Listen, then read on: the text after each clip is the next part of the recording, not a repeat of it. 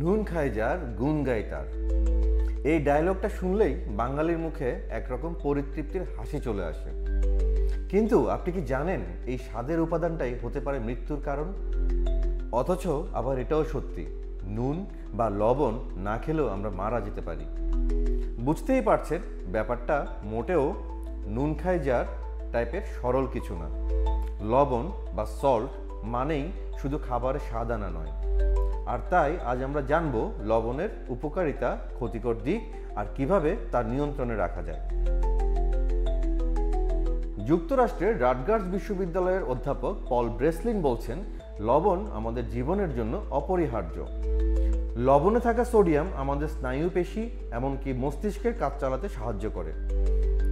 আমাদের লালায় মিশে গিয়ে এই সোডিয়াম শরীরের শ্বাসকোষে সংযোগ তৈরি করে। এগুলো আবার আমাদের অনুভূতি ও চিন্তা সক্রিয় করে তোলে। তাই লবণ আমাদের কেবল স্বাদই দেয় না, আমাদের শরীর মন সচল রাখতেও সাহায্য করে। কিন্তু যত দুধ তত চিনি, এই কথাটা লবণের ক্ষেত্রেও প্রযোজ্য। বিশ্ব স্বাস্থ্য সংস্থা বলছে প্রতিদিন একজন প্রাপ্তবয়স্ক মানুষের সর্বোচ্চ 5 গ্রাম লবণ খাওয়াই নিরাপদ। কিন্তু জানেন কি, বিশ্বে গড়ে একজন মানুষ প্রতিদিন খায় প্রায় 11 গ্রাম। এমনকি কিছু দেশে যেমন কাজাখস্তান, দেশটিতে গড়ে 17 গ্রাম পর্যন্ত লবণ খেয়ে থাকে মানুষেরা। এতেই আসে বিপদ। অতিরিক্ত লবণ শরীরে পানি ধরে রাখে, ফলে রক্তচাপ বাড়ে, আর সেই সঙ্গে বাড়ে হার্ট অ্যাটাক, স্ট্রোক, কিডনি রোগ, এমনকি ক্যান্সারের ঝুঁকিও। বিশ্ব স্বাস্থ্য সংস্থার মতে প্রতি বছর লবণ বেশি খাওয়ার কারণে মারা যান প্রায় 19 লাখ মানুষ। এবার আসি অন্যদিকে, লবণ না খেলেও সমস্যা। যদি শরীরে সোডিয়ামের ঘাটতি হয় তখন দেখা দিতে পারে হাইপোনাট্রেমিয়া, যার উপসর্গ বমি, খিঁচুনি, বিভ্রান্তি, মেজাজ খারাপ হওয়া, এমনকি কোমা পর্যন্ত। অতএব লবণ বাদ নয়, বরং নিয়ন্ত্রণে রাখা দরকার। লবণ কেবল স্বাদই বাড়ায় না, এটা তিতকুটে স্বাদও ঢেকে দেয়। যেমন আমলকি বা তেঁতুলের সঙ্গে লবণ খেলে সেটা খেতে অনেক সহজ লাগে, তাই না? আর পাউরুটির রং ও ঘ্রাণ, এগুলোও আসে লবণের কারণেই। এই ছোট্ট উপাদানটা তাই শুধু স্বাদের না, খাবারের রূপ, গন্ধ সব কিছুতেই জড়িয়ে আছে। তবে প্রশ্ন হলো, আমরা কিভাবে জানবো আমরা বেশি লবণ খাচ্ছি কিনা? এই জন্য বিশেষজ্ঞ চিকিৎসকের পরামর্শ নেওয়া যেতে পারে। ব্যবহার করা যেতে পারে ফুড ডায়েরি বা অ্যাপ। সেগুলো খাবারে লবণের পরিমাণ বুঝতে সাহায্য করে।